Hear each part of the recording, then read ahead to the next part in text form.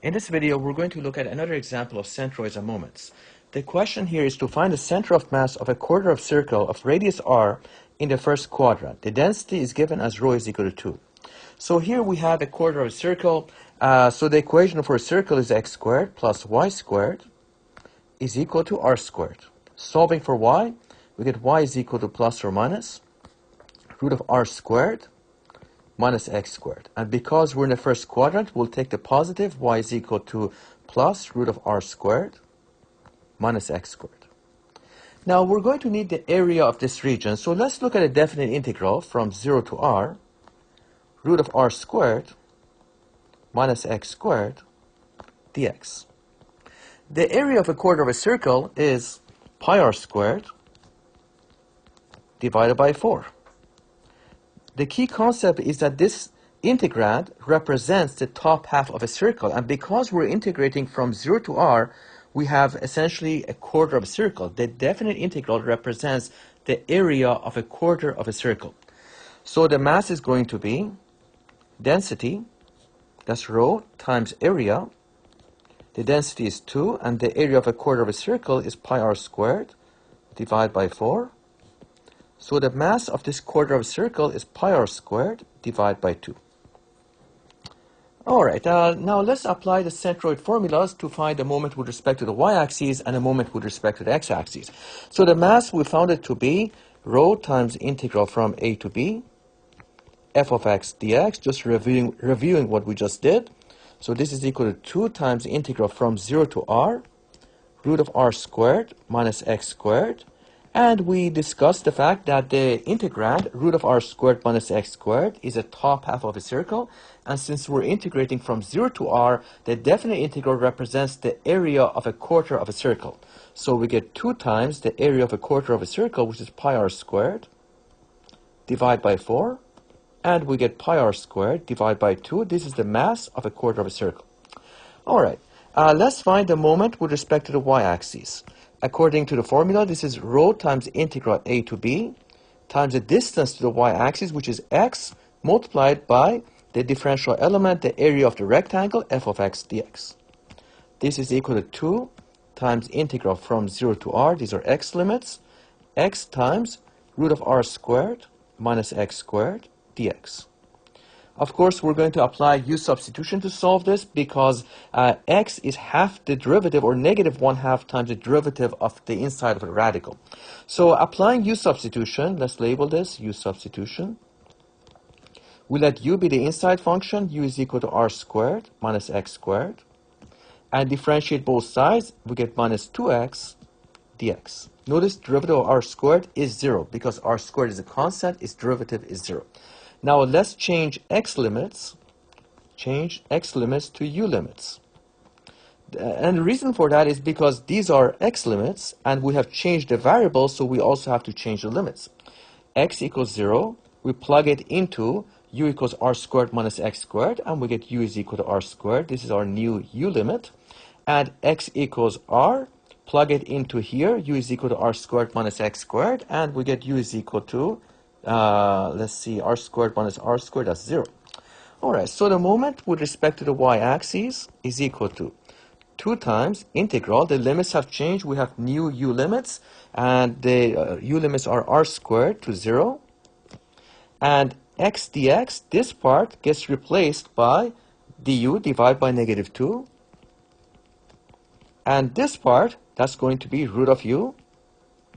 2 cancels with 2 here. So the moment with respect to the y-axis is equal to minus integral from r squared to 0. Let's write this as u to the 1/2. Makes it easier to reverse the power rule. And now let's integrate. So we get my is equal to minus, and we get u to the 1/2 plus 1 is u to the 3/2. Divide by 3/2. That's the same as multiplying by 2/3. And evaluate from r squared to 0. So we get minus 2/3. And put the upper limit in, we get 0 to the 3/2 is 0 minus r squared to the power of 3/2. Now the 2 cancels with the 2, and this simplifies as 2r cubed divided by 3. This is the moment with respect to the y-axis.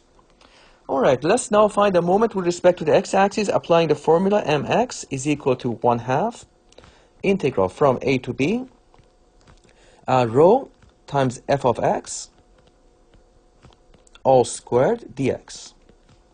So this is equal to 1/2 integral from 0 to r. These are x limits. 2 times root of r squared minus x squared. That's the function. All squared dx. The square root cancels the square, and we just get r squared minus x squared. So the moment with respect to the x-axis is integral from 0 to r, and this 2 cancels with this 2, and the root sign cancels with the square.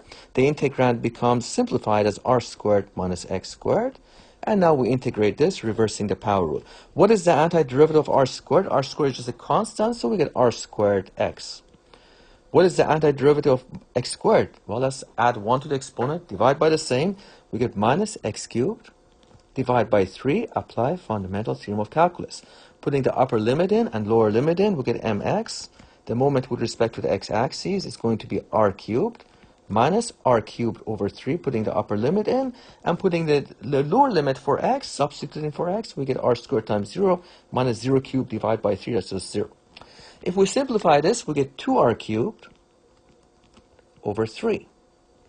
Now, the mass we found it to be, the mass of the quarter of a spherical plate is pi r squared divided by 2. We found the moment with respect to the x-axis to be 2/3 r cubed. And we found the moment with respect to the y-axis to be also 2/3 r cubed. X bar, the x-coordinate of center of mass, is the moment with respect to the y-axis divided by the mass. That's going to be 2r cubed divided by 3, divided by pi r squared, divided by 2. So we get 2r cubed over 3, flipping the bottom, times 2 over pi r squared. And we get 2 times 2, that's 4. R squared cancels with r cubed, giving us r, so 4r over 3 pi. This is x bar, the x-coordinate of center of mass. What about y bar? Y bar is equal to moment with respect to the x-axis divided by m. The moment with respect to the x-axis is 2/3 r cubed, so 2r cubed divided by 3, and it's exactly the same thing as x bar. Pi r squared, at least in this case, they're both the same. And we're going to look at why that is. 2r cubed divided by 3, flip the bottom, 2 over pi r squared, and we'll get the same answer, 4r over 3 pi. Let me clean this up, right? This neater. This is pi r squared, and this is equal to. So 4r divided by 3 pi. X bar and y bar are the same. So why is that? Why is x bar and y bar the same? Let's examine that. So notice that the centroid x bar y bar is 4r over 3 pi and 4r over 3 pi, and they're exactly the same. The reason is because this region, the quarter of a circle, is symmetric about y equals x. So that means that this region is exactly the same as this region. For this reason, the centroid always lies on the axis of symmetry. So the centroid is going to lie on the y equals x. That means x bar and y bar have to be equal. So the quarter circle region is symmetric about y equals x. Hence, we expect the centroid of this region to lie on y equals x, because the centroid is always on the axis of symmetry. Therefore, x bar and y bar are equal to each other. All right, thanks.